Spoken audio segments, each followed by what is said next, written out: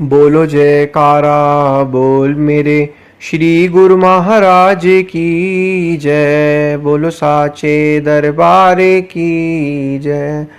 सम्मुख विराजमान श्री श्री 108 श्री परमहंस महान विभूतियों की ओर अपना ध्यान लगाते हुए और अपनी मुख रसना को पवित्र करने हेतु एक बार ऊंची और मीठे स्वर में बोलिए जयकारा बोल मेरे श्री गुरु महाराज की जय। बोलो श्री सतगुरुदेव भगवान की जय।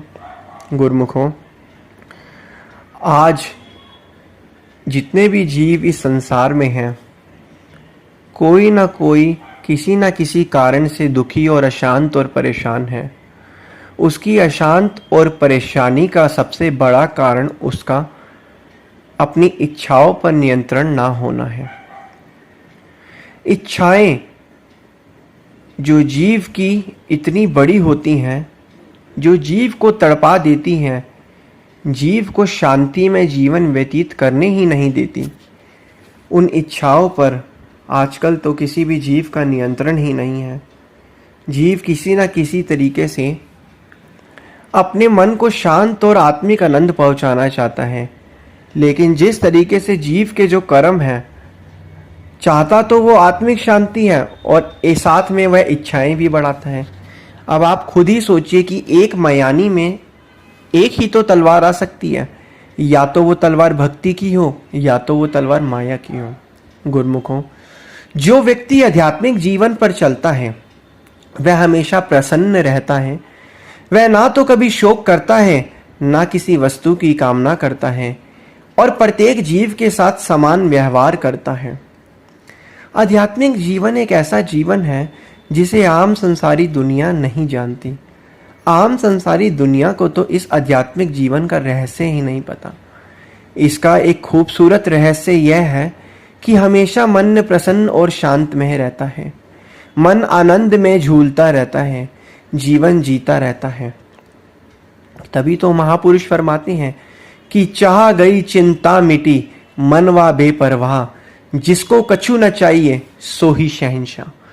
कि चाह भी गई और चिंता भी मिट गई तो मन तो बेपरवाह होगा ही होगा, और जिसको कुछ नहीं चाहिए वो ही शहंशाह है। तो तभी तो महापुरुष फरमाते हैं कि अपनी इच्छाओं और चाह को सब त्याग कर सारा आसरा सारी योट श्री सदगुरुदेव महाराज जी के चरणों में लगाओ।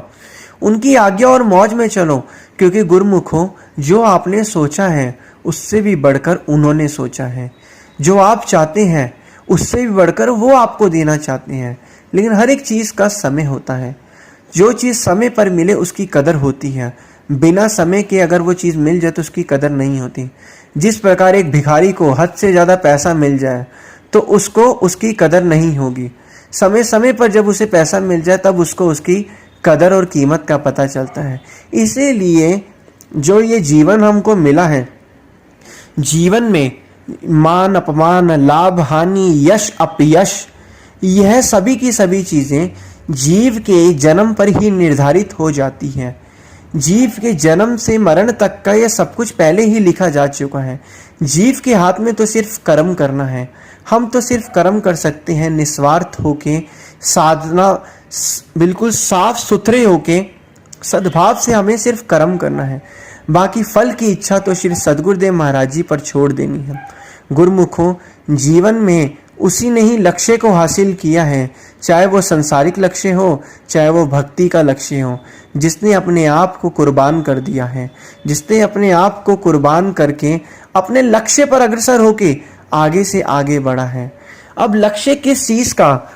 अगर आपका लक्ष्य आध्यात्मिक उन्नति को प्राप्त करना है तो आपको सभी शांत चीज़ों को सोचना, त्यागने का मतलब यह नहीं है कि उनका इस्तेमाल ना करना। अपने मन से उनके विचारों को त्याग देना। हाँ, मानते हैं कि आज इस संसार में जीवन जीने के लिए, जीवन निर्वाह के लिए सभी की सभी चीज़ों की आवश्यकता है, तो इन चीज़ों का उपभोग करो, उन चीज़ों का इस्तेमाल करो, लेकिन अपनी सुरती को इन चीज़ों के अंदर मत फंसाओ। हर एक गुरुमुख का परम कर्तव्य यही है कि अगर आपको आज एक साफ साफ और आसान भाषा में यही है कि अगर मन को शांति चाहते हैं मन को अगर शांति चाहते हैं तो अपनी इच्छाओं पर नियंत्रण करो। अगर आपने अपनी इच्छाओं पर नियंत्रण कर लिया तो मन को शांति मिलेगी। आप खुद अनुभव करिए, जब हम 10 साल की होते थे कितना मन शांत और आनंद में होता था। ऐसा क्यों होता था और आज ऐसा क्यों नहीं है? क्या किसी ने हमें कोई ऐसी दवाई पिला दी है? क्या किसी ने हमारे अंदर कुछ ऐसा चीजें डाल दिया है कि हम उस चीज़ों को पहले नहीं सोचते थे अब सोच रहे हैं? जितना जितना हम ये बड़े होते रहे, हम संसार में घुल मिलते रहे, संसारी लोगों की सोच और विचार हमारे दिमाग के अंदर डलते गए, तो हमें भी वही चीज़, हमारा मन वैसा बन गया।